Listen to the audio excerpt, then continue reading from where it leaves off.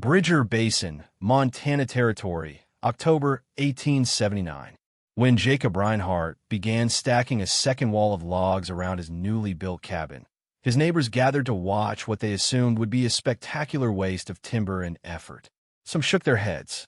Others laughed outright. One seasoned homesteader called it the work of a man who'd lost his mind to mountain fever. But Jacob, a quiet German immigrant with calloused hands and precise movements, said nothing. He simply continued measuring, cutting, and fitting logs with the same meticulous care he'd shown building the inner wall. Between the two walls, he left a gap, exactly 8 inches of empty space that neighbors dismissed as dead air and dead money. What none of them understood, what Jacob had learned from brutal winters in the Harz Mountains, was that this wasted space would soon become the difference between survival and suffering when temperatures plunged to 30 below zero. Before we reveal what Jacob understood about heat retention that his critics missed, do me a favor. Hit that like button and subscribe to this channel. In return, I'll show you 3 more forgotten building techniques that can cut your heating costs by up to 60%, techniques that modern construction has completely abandoned. And drop a comment telling me where you're watching from. I want to know how many of you are dealing with brutal winters right now. The question that haunted Bridger Basin that autumn was simple. Had Jacob Reinhardt discovered something revolutionary, or had isolation finally broken his judgment? By February, everyone would have their answer. Jacob Reinhardt wasn't the kind of man who explained himself. At 43, he'd crossed an ocean, survived 2 harsh winters in a dugout shelter, and finally saved enough to claim 160 acres under the Homestead Act. When he began construction in late summer 1879, neighbors assumed he'd build like everyone else, a single-wall log cabin, chinked with mud and moss, heated by a stone fireplace. They assumed wrong. The first wall went up conventionally enough. White pine logs, each 10 to 12 inches in diameter, notched and stacked with workmanlike precision. Jacob selected each log personally, rejecting any with excessive taper or rot. He squared the interior faces with a broadaxe, creating flat surfaces that would hold heat more effectively than round logs. Then came the peculiarity that would define his reputation for months to come. Instead of finishing the exterior with simple chinking, Jacob began constructing a second wall, a complete outer shell of logs, each 8 to 10 inches in diameter. Between the two walls, he maintained a consistent gap of exactly 8 inches, using carefully measured spacer blocks he'd crafted from scrap lumber. Thomas Bradley, a carpenter from Pennsylvania who'd built 17 cabins in the valley, rode out to investigate. He found Jacob drilling small holes at the top and bottom of the wall cavity, for holes near the roofline, for near the foundation. Reinhardt, Bradley said, dismounting, you're doubling your timber cost for what? 8 inches of nothing. Jacob continued drilling, his auger bit chewing through pine with steady rhythm. Not nothing. Air. Air don't keep you warm. Trapped air does. Jacob withdrew the bit, blew sawdust from the hole. Still air. No convection. Bradley spat tobacco juice into the dirt. I've built more cabins than you've seen winters, friend. That's 8 inches of wasted wood that could have gone to a barn or a second room. Come January, you'll be burning twice the firewood to heat twice the wall mass. Other neighbors shared Bradley's assessment. Michael O'Toole, who ran the nearest trading post 12 miles south, told customers that the Germans gone soft in the head. Even sympathetic voices suggested Jacob was applying European solutions to American problems, that Montana's dry cold was fundamentally different from whatever damp winters he'd endured back home. Jacob's response was always the same: silence and continued work. He completed the double wall structure by mid-November, just as the first serious snows arrived. The cabin stood peculiar among its neighbors, noticeably thicker, almost fortress-like, with those mysterious holes near the roof and foundation that Jacob refused to explain beyond saying they were for air movement. The betting at O'Toole's trading post ran heavily against him. Most figured Jacob would abandon the cabin by February and move in with someone sensible. A few thought he might survive, but would burn through his entire winter with supply by March. Nobody, not even Jacob's few defenders, predicted what actually happened.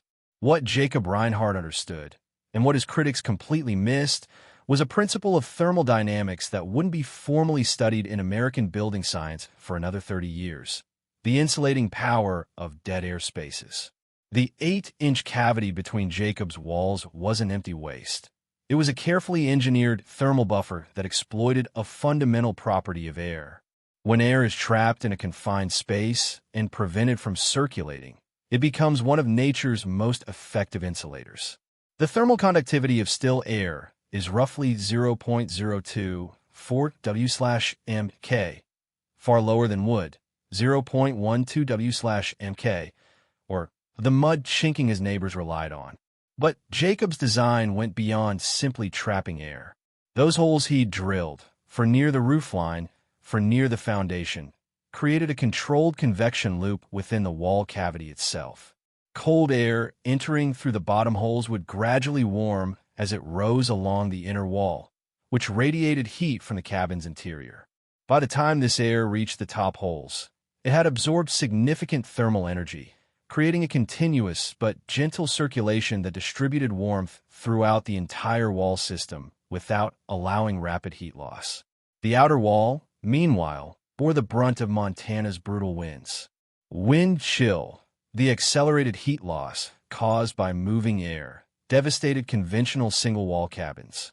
A 20-mile-per-hour wind could strip heat from exposed logs at a rate 5 times faster than still air. But Jacob's outer wall absorbed this punishment, while the 8-inch air gap prevented wind penetration from ever reaching the structural inner wall.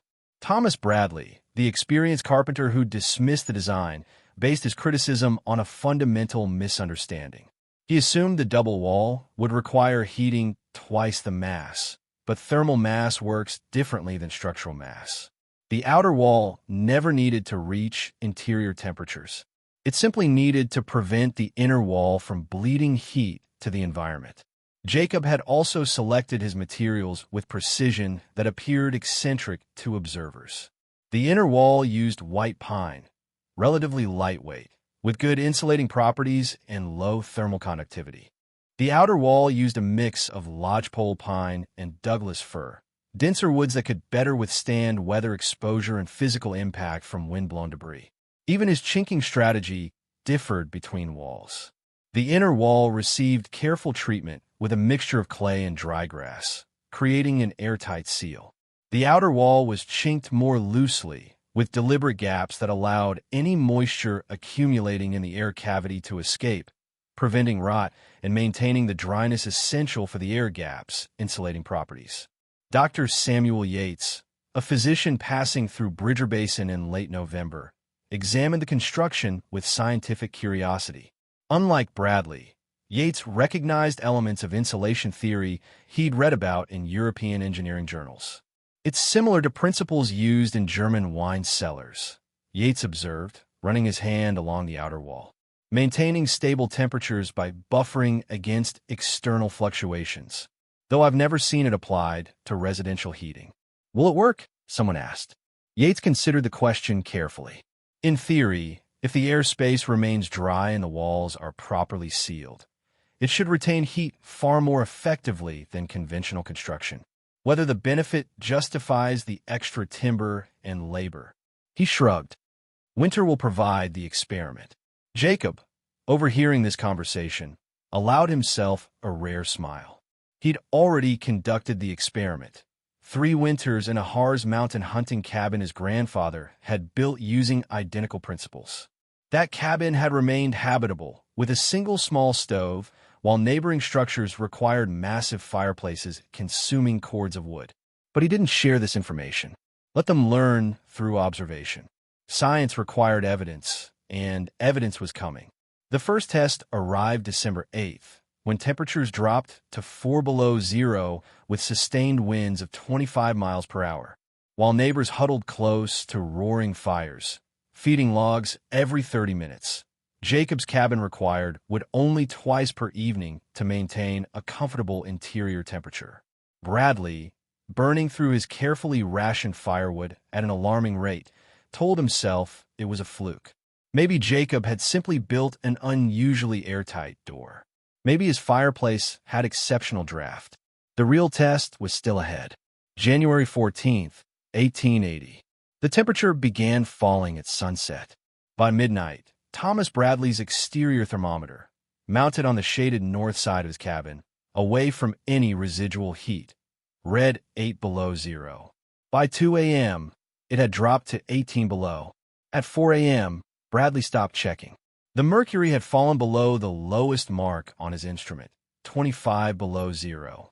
A high-pressure system had settled over Montana territory, bringing the kind of cold that turned breath to ice crystals before it left your mouth, that froze spit before it hit the ground, that made exposed metal burn like a brand.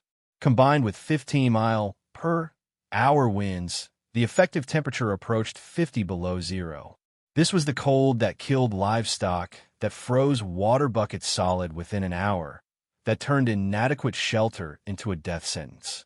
If you're thinking this is where Jacob's crazy double wall finally proves itself, or fails spectacularly, hit that like button right now.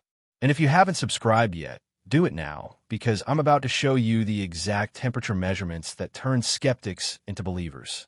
Drop a comment with your coldest winter temperature on record where you live. Bradley fed his fireplace throughout the night, burning through logs at a rate that made him grateful he'd cut extra wood that fall. Despite the roaring fire, the interior temperature of his cabin, measured 3 feet from the fireplace, hovered around 54 degrees Fahrenheit. The corners of the room, 12 feet from the heat source, dropped into the low 40s. Moisture from his breath froze on the interior walls near his bed. He burned 16 logs between midnight and dawn, each approximately 18 inches long and 8 inches in diameter. His hands were raw from carrying wood. His eyes burned from smoke, and he was one of the better prepared homesteaders in the valley. Michael O'Toole, at the trading post, nearly lost 3 fingers when his fireplace couldn't keep pace with heat loss. He wrapped his hands in wool cloth soaked in whiskey and prayed they wouldn't need amputation. 6 cabins in the valley reported interior temperatures below 45 degrees Fahrenheit despite continuous fires. 2 families abandoned their homesteads temporarily, moving in with neighbors whose cabins seemed marginally warmer. And Jacob Reinhardt's cabin? At dawn on January 15th, Thomas Bradley made the trek through knee-deep snow to check on his German neighbor, half expecting to find him frozen or desperately burning furniture. What he found instead changed his understanding of building science forever. Jacob answered the door in his shirt sleeves, no coat, no blanket wrapped around his shoulders. Behind him, the cabin interior radiated gentle warmth. A modest fire burned in the fireplace, but it was smaller than what Bradley had maintained through the night. "Thermometer," Jacob said simply, gesturing to an instrument mounted on his interior wall, positioned away from direct heat. Bradley stepped inside and immediately felt the difference. The warmth wasn't concentrated near the fireplace. It permeated the entire space, gentle and even. The temperature gauge read 68 degrees Fahrenheit, 26 degrees warmer than Bradley's cabin, during the coldest night of the winter. "How much wood?" Bradley asked, his voice barely above a whisper. Jacob led him to the wood box. It was more than half full. 7 logs since midnight, Jacob said. "Same size as yours. Maybe 8 by morning." 7 logs versus Bradley's 16. Less than half the fuel consumption for a temperature 26 degrees higher. Bradley walked to the corner of the cabin, the area that should have been coldest, farthest from the heat source. He held his hand against the inner wall. It was warm to the touch. Not hot, but genuinely warm, as if the entire wall structure itself had become a radiator. "The air space," Jacob explained, anticipating the question. "Warm air from the fire circulates through the cavity holes at the bottom, rises along the inner wall, exits at the top.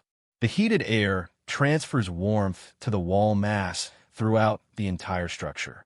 Meanwhile, the outer wall blocks wind and cold. The 8-inch gap prevents conduction of cold to the interior." Bradley touched the interior wall again, feeling the steady warmth. It's like the whole cabin is a stove. "Thermal mass with insulation barrier," Jacob corrected gently. "The walls store heat and release it slowly. The air gap prevents that heat from escaping." Through the morning of January 15th, as word spread through the valley, 17 men and 3 women made the journey to Jacob's cabin to verify the reports. Most arrived expecting exaggeration or trickery. All left in silence, their assumptions shattered by empirical reality. The double wall wasn't madness. It was engineering that had survived for generations in harsh climates. Knowledge that American builders had either never learned or had dismissed as unnecessary. By evening, Jacob's cabin had become more than shelter. It had become proof. The cold snap lasted 6 days. By the time temperatures moderated on January 20th, enough homesteaders had visited Jacob's cabin with their own thermometers and measuring tools that a clear picture of comparative performance had emerged, one that couldn't be dismissed as anecdote or luck. Thomas Bradley, humbled but scientifically curious, organized what he called a thermal survey of the valley's cabins. He visited 14 structures of similar size and design, recording interior temperatures at 3 positions, near the heat source, mid-cabin, and in the farthest corner. He also documented wood consumption by counting the number of logs burned during a 12-hour period from 6 p.m. to 6 a.m. The results were devastating to conventional wisdom. Single-wall cabins, the standard design used by all homesteaders except Jacob, showed an average interior temperature of 52 degrees Fahrenheit near the fireplace during sustained sub-zero conditions. Mid-cabin temperatures averaged 47 degrees Fahrenheit. Corner temperatures dropped to an average of 42 degrees Fahrenheit. The variation of 10 degrees within a single room created cold zones where condensation froze on interior walls and bedding required multiple layers of wool blankets. These cabins consumed an average of 14.3 logs per 12-hour period, with several homesteaders burning as many as 18 logs to maintain even these marginal temperatures. Calculating across the full winter heating season, roughly 5 months in Montana, this represented consumption of approximately 715 logs per cabin, requiring advanced cutting and storage of nearly 3 cords of seasoned wood. Jacob's double-wall cabin, measured during the same period under identical weather conditions, maintained 67 degrees Fahrenheit near the fireplace, 65 degrees Fahrenheit mid-cabin, and 63 degrees Fahrenheit in the corners, a variation of only 4 degrees across the entire living space. The even heat distribution eliminated cold zones entirely. Wood consumption, 6.8 logs per 12-hour period. Projected across the full heating season, approximately 340 logs or 1.4 cords of wood. The efficiency difference was staggering. Jacob's design required 52% less fuel to maintain temperatures 15 to 21 degrees higher than conventional construction. Homesteaders burning through their wood supplies at alarming rates saw immediate practical implications. Those 375 logs saved across a winter represented weeks of cutting labor, reduced risk of running short during late-season cold snaps, and preservation of timber resources for other construction needs. But the numbers revealed something even more significant than fuel savings: heat retention over time. Bradley conducted a controlled experiment on January 18th. He allowed fires in both his cabin and Jacob's to burn down to coals simultaneously at 10 p.m., then monitored temperature decline without adding wood. His single-wall cabin dropped from 56 degrees Fahrenheit to 44 degrees Fahrenheit within 2 hours, a loss of 12 degrees. By dawn, the interior temperature had fallen to 38 degrees Fahrenheit, barely above freezing despite residual warmth from the previous evening's fire. Jacob's cabin, starting from 68 degrees Fahrenheit, declined to 61 degrees Fahrenheit over the same 2-hour period, a loss of only 7 degrees. By dawn, the temperature remained at 54 degrees Fahrenheit, still comfortable enough for sleeping without excessive blankets. The thermal mass of the double-wall system, once heated, released stored energy gradually throughout the night. The inner wall, thoroughly warmed by the previous evening's fire, continued radiating heat into the living space for hours after the flames died. The outer wall and air gap prevented this stored heat from escaping to the frigid environment. Dr. Samuel Yates, still in the valley studying a pneumonia outbreak, reviewed Bradley's measurements with professional interest. The principle is sound heat capacity physics, he explained to a group of gathered homesteaders. Wood has a specific heat capacity of approximately 1.7 kilojoules per kilogram per degree Celsius. Mr. Reinhardt's double wall contains roughly 40% more wood mass than a single wall of equivalent interior dimension. That additional mass, once heated, stores substantial thermal energy. But shouldn't heating that extra mass require more fuel? Someone asked, the same objection Bradley had raised months earlier. Only initially, Yates replied. The first few fires of winter must heat the thermal mass to operating temperature. But once achieved, the system becomes remarkably efficient. The insulating air gap means that stored heat dissipates very slowly. Each subsequent fire only needs to replace heat lost, not reheat the entire mass. He gestured toward Jacob's cabin. Single-wall construction heats quickly but loses heat equally quickly. High input, high output. This double-wall system heats more slowly initially but retains heat for extended periods. Lower sustained input for stable output. The financial implications rippled through the community immediately. Firewood represented one of the largest labor investments for Montana homesteaders. Cutting, splitting, hauling, and stacking 3 cords of wood required approximately 60 to 80 hours of hard physical labor, typically spread across autumn. Reducing that requirement by half meant 30 to 40 hours reclaimed for other essential tasks. Additional land clearing, livestock care, fence maintenance, hunting, or simply rest during the brief growing season.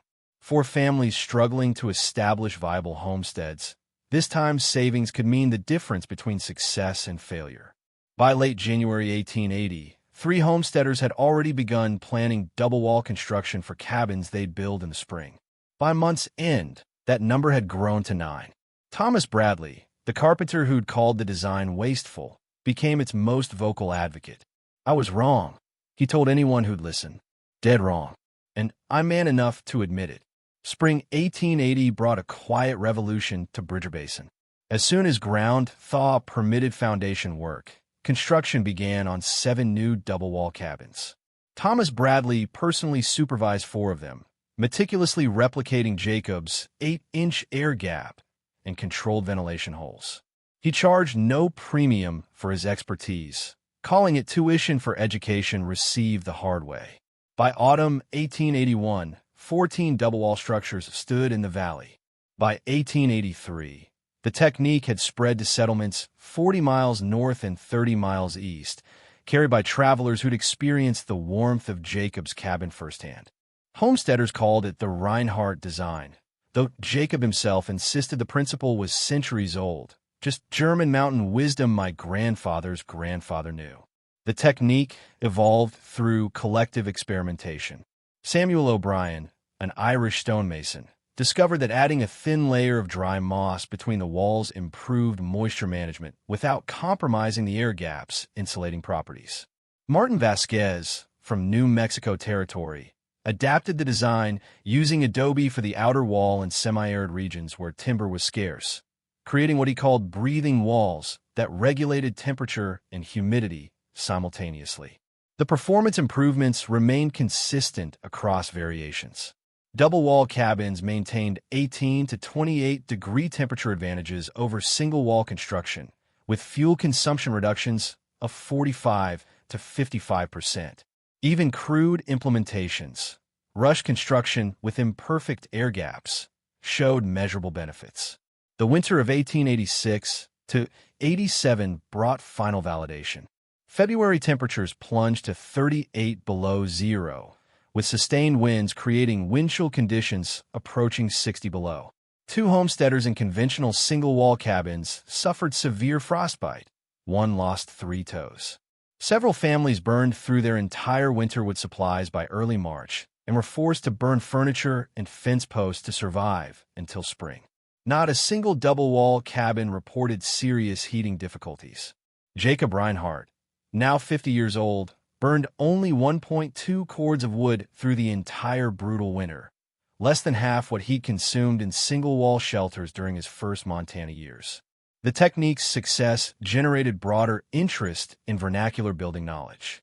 A surveyor from Helena, documenting the spread of double-wall construction for a territorial report, noted that immigrant builders bring engineering solutions refined over centuries in harsh climates. American dismissal of these techniques as primitive reveals not their inadequacy, but our ignorance. Jacob himself remained characteristically humble about his role.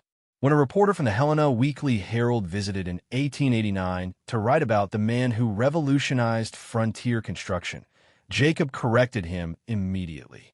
"I revolutionized nothing," he said. "My grandfather built the same way. His grandfather before him. This is not innovation. It's preservation of knowledge that works. But you proved it could work here in Montana's extreme conditions." Jacob considered this. "I proved that good engineering has no borders. Cold is cold. Physics is physics. Whether in Germany or Montana, trapped air insulates. Dense mass stores heat. These truths don't change with geography." By the time Jacob passed away in 1904 at age 68, double-wall construction had become standard practice in Montana's coldest valleys. Young carpenters learned the technique as fundamental skill, often unaware of the skepticism that had once greeted its pioneer. If this story of dismissed wisdom proving its worth made you think differently about traditional knowledge, and if you want to learn 3 more frontier techniques that modern construction has forgotten, smash that like button and subscribe. I'm dropping a video next week about root cellars that stayed 42 degrees cooler in summer using nothing but earth and geometry. Comment below.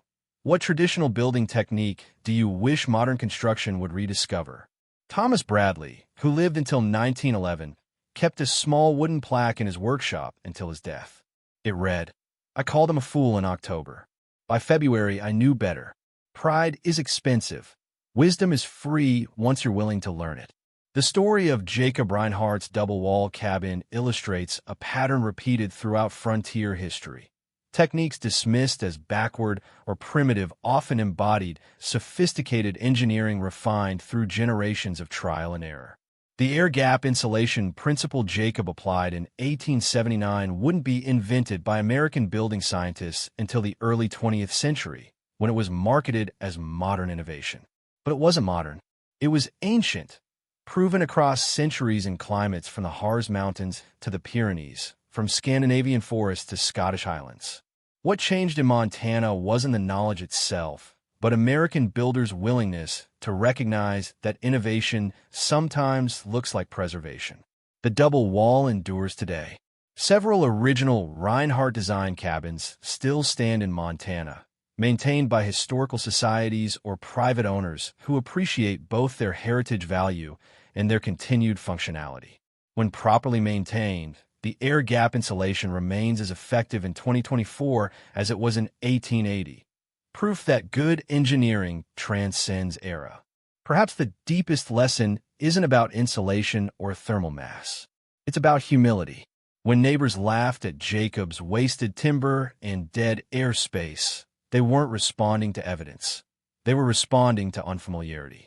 The gap between ignorance and knowledge is often bridged not by explanation, but by experience. Jacob understood this. He didn't argue. He built. And when winter came, the cabin spoke for itself. In the end, 26 degrees of difference proved more persuasive than 1,000 words of defense. Sometimes the best response to skepticism is an argument. It's simply letting the work demonstrate its worth. As Thomas Bradley's plaque acknowledged, wisdom is free, but only once pride steps aside to make room for it.